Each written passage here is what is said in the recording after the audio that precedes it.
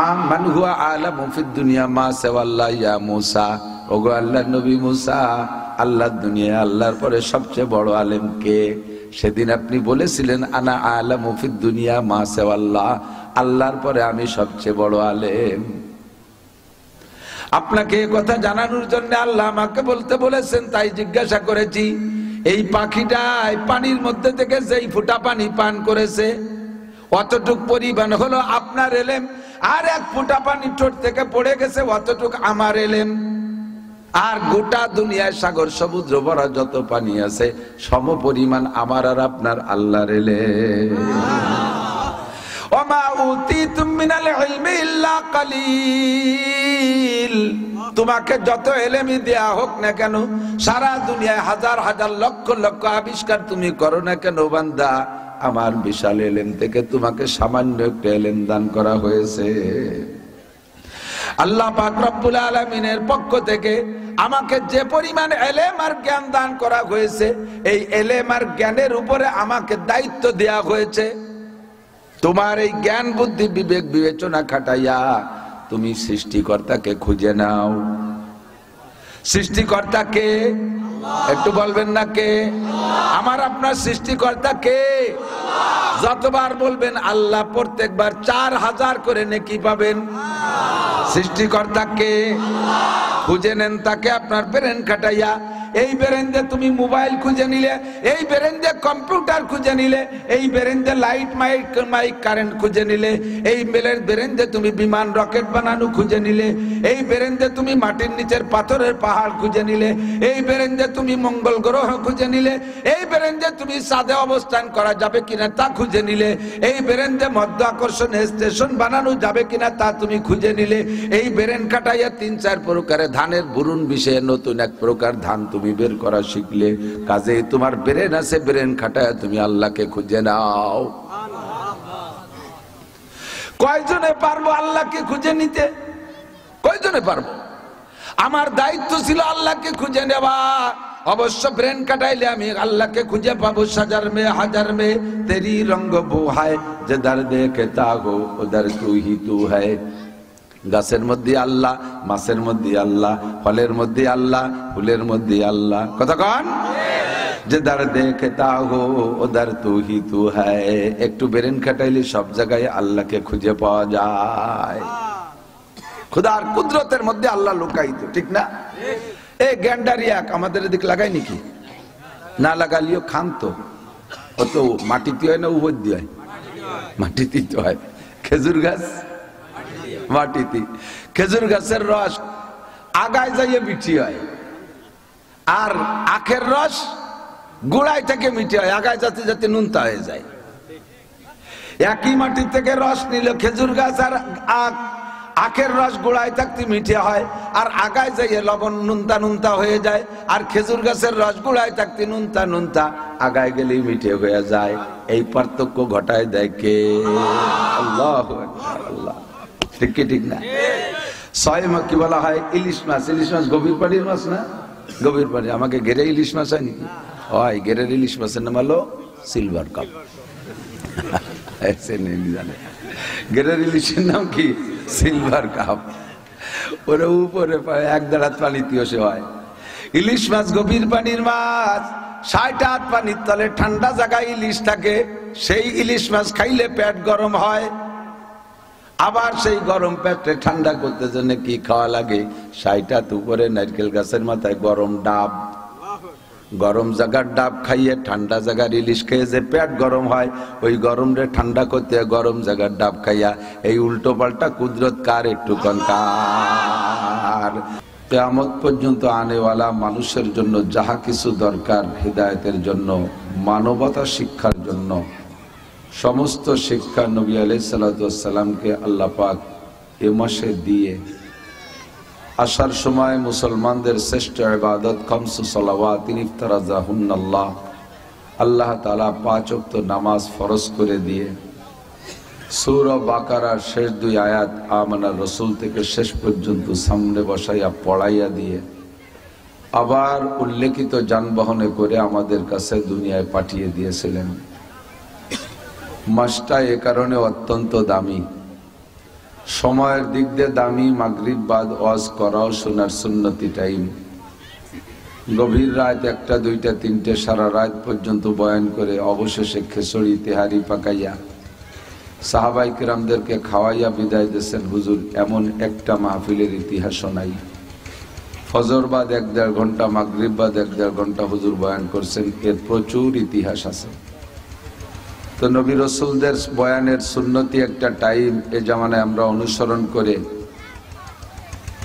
অনেকের চেয়ে আগে আগে আসার বসার সুযোগ পেয়েছি, তৌফিক দিয়েছেন আল্লাহ তাআলা, এর জন্য শুকর আদায় করি আলহামদুলিল্লাহ। মাহফিলের নাম দেওয়া হয়ে থাকে ওয়াজ মাহফিল, কাজেই আমি এই জায়গা অন্যভাবে সময় নষ্ট করাকে একেবারে অপছন্দ করি। বিভিন্ন নামের মাহফিল আছে,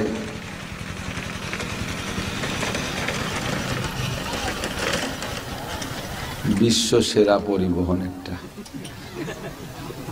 যারে দেখলি শয়তান ও ভয় পেয়ে রাস্তাতে নেমে দাঁড়ায়। শব্দ সেরকম, আল্লাহ ওরে সুর ওদেশে সেই রকম, একেবারে একটা বিরক্তিকর পরিবহন। তো আল্লাহ পাক রব্বুল আলামিন আমাদেরকে এই মূল্যবান সময় ওয়াজ মাহফিলের নামে আয়োজিত প্রোগ্রামকে অন্যভাবে যেন নষ্ট না করি, সেদিকে কর্তৃপক্ষ সর্বকালে খেয়াল রাখা উচিত। বর্তমানে বাংলাদেশে প্রচুর হয়েছে ইসলামী সঙ্গীত গোষ্ঠী, নতুন নতুন গোষ্ঠী। আগে মোল্লা মুন্সি শিখদের এই সমস্ত গোষ্ঠী ছিল, এখন হয়েছে শিল্প গোষ্ঠী, তার মধ্যে আবার পার্টি আছে আলাদা। তাদের প্রোগ্রাম হবে, তাদের কাম সেখানে হবে। রাজনৈতিক প্রোগ্রাম হবে, রাজনৈতিক আলোচনা সেখানে হবে। এর ভিতরে অন্য কোনো প্রোগ্রাম হলে পোস্টারে যা লেখছি তার খেলাফ হয়ে যাবে, কাজে এখানে ওয়াজই হতে হবে, এটা আমার দাবি। তো আল্লাহ পাক রব্বুল আলামিন আমাদেরকে মূল্যবান সময়ের মূল্য দিয়ে আসার যেহেতু তৌফিক দিয়েছেন, সময়টাকে কাজে লাগাই, এদিক সেদিক না যে মূল সামনের দিকে আগাই। 30 পারা কোরআন শরীফ আল্লাহ তাআলা আমাদের পথ প্রদর্শনের জন্য পাঠিয়েছেন, গাইডলাইন, আমাদের সংবিধান বই। প্রত্যেকটা মানুষকে আল্লাহ তাআলা যে বিবেক বিবেচনা দিয়েছেন, প্রত্যেকটা বলা যায় এজন্য আশাজুকাল মাদুম, মাঝে মাঝে 2-1টা বিবেকহীন থাকলে সেটা ধর্তব্য না। 1 বিঘে জমিতে সব জায়গা খুব ভালো ফসল হয়েছে, 4-5 জায়গায় খারাপ হয়েছে, ওইটা দেখে না, ভালো ফসল হয়েছে বলে ঘোষণা দেয়। সেই জন্য সমস্ত মানুষের মধ্যে আল্লাহ তাআলা যে পরিমাণ জ্ঞান বুদ্ধি বিবেক বিবেচনা দিয়েছে, এই পোলাপানগুলো ঠেকান তো, আমি এগুলোর মধ্যে বরদাস্ত করতে পারি না, আমার খুব বিরক্ত লাগে। আপনাদেরও ডিস্টার্ব হবে, ওদের চিল্লেপাল্লা দিক কান যাবেই, এটাই নিয়ম। সারা জীবন ভরে মোটরসাইকেল দেখছেন, এখন মোটরসাইকেল চালাবে দেখবেন সব সেদিক ফিরে পড়ছে। এটা স্বভাবে টেনে নিয়ে যায় মোটরসাইকেলের দিকে। এমনি সময় যে কথায় হাসি না লাগে, নামাজে দাঁড়াবেন সেরকম একটা হালকা পাতলা কথা কানে আসলে হাসি এসে যায়। ও জায়গায় শয়তানে বগলে সুরসুরি দেয়, কেতুকুতু দেয়, এই জন্য অল্প হাসি হাসি লাগে।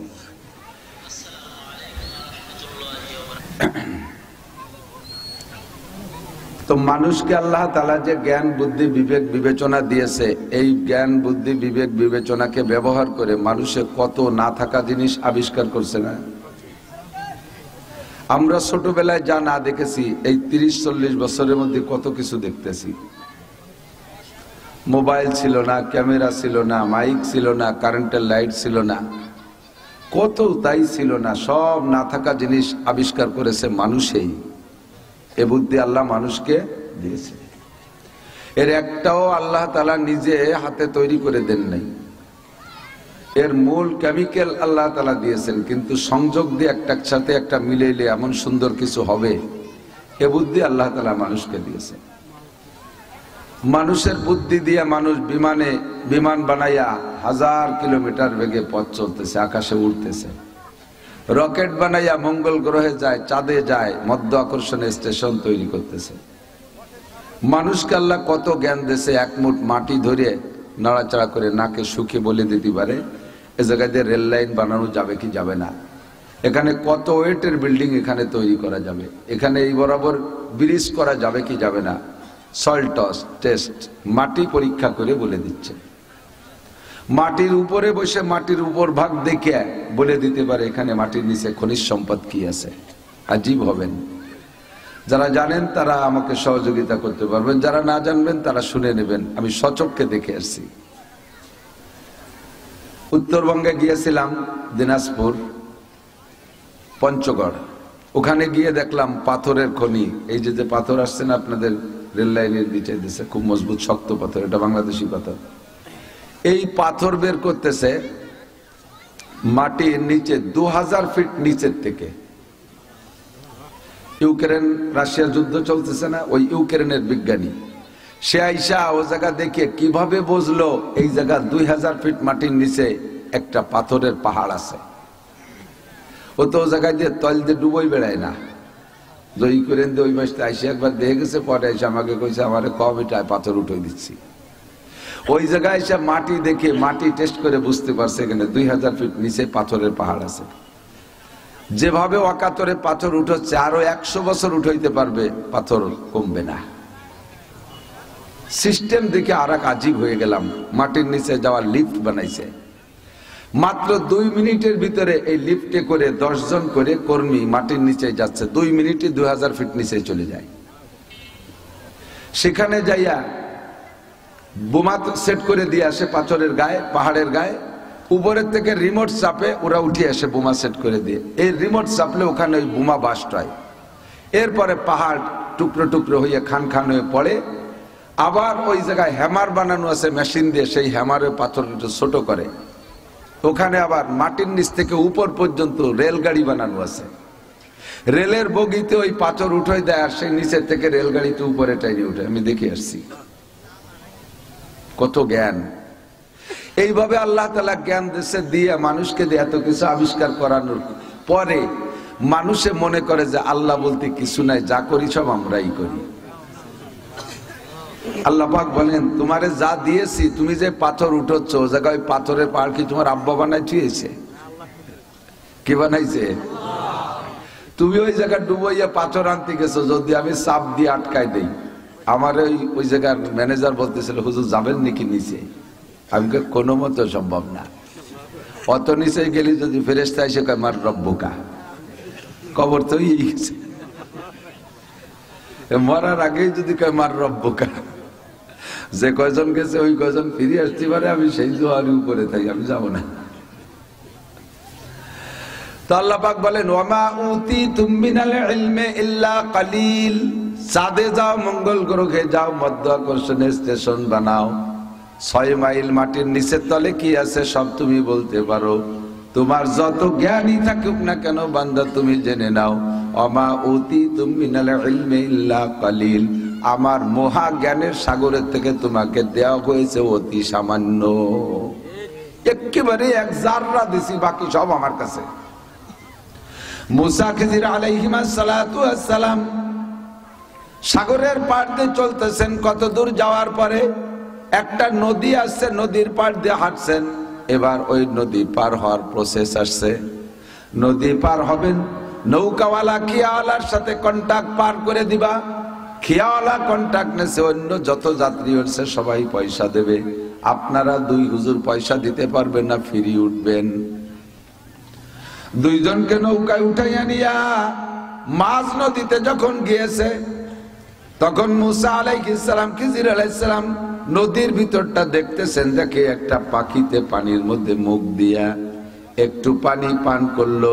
আর পাখিতে যখন পানির মধ্যে ঠোঁট ভিজাইছে, ঠোঁটটা উঠানোর সাথে সাথে ঠোঁটের থেকে 1 ফোঁটা পানি পড়ে গেল। খিজির আলাইহিস সালাম মুসা আলাইহিস সালামকে বলছে, ভাই মুসা বলেন তো পাখিটায় কতটুক পানি পান করেছে? আনুমানিক 1 ফোঁটা। আর তার ঠোঁট থেকে পড়ছে কতগুলো? ঠোঁট থেকেও পড়ছে দেখলাম 1 ফোঁটা পরিমাণ পড়লো। এবার খিজির আলাইহিস সালাম মুসা আলাইহিস সালামকে বলতেছেন, ভাই মুসা বলেন তো এই পাখিতে যে 1 ফোঁটা পানি পান করে ফেলাইছে নদীর থেকে, নদীর সাথে সাগরের সম্পর্ক আছে। এক সাগরের সাথে আর এক সাগরের সম্পর্ক। গোটা দুনিয়া ভরে সব জায়গায় সাগর, সমুদ্র, নদ নদী, খাল বিল, সারা দুনিয়ায় যত পানি আছে সমস্ত পানির মধ্য থেকে পাখিটা 1 ফোঁটা পানি পান করছে, তাতে সারা দুনিয়ার পানির থেকে কয় হাত পানি কমে যেতে পারে? কয় হাত? 1-1.5 হাত? মুসা আলাইহিস সালাম তো একটু মিজাজি মানুষ, উনি কই যে আমি আপনার সাথে থাকবার জন্য এটা কন্ট্যাক্ট করছিলাম, হবে না আমার থা রওনা দিতে না দিতে আইলো ভাইলো জিজ্ঞেস করেন কে? একটা প্রশ্ন হলো।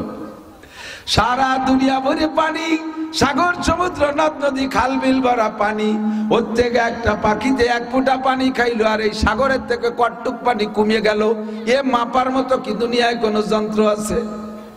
আপনি আমারে বললেন কয়াত পানি কমছে। খিজির আলাইহিস সালাম বলেন লা তাকদাব আলাইয়া, আমার পর রাগ করবেন না ভাই, সবরের নাম হলো শিক্ষা সবর। সবরের নাম কি? শিক্ষা সবর। এখান থেকে আপনাকে অনেক কিছু শিখে যেতে হবে। কয় এই জায়গা কি শিকার আছে বলো খিজির?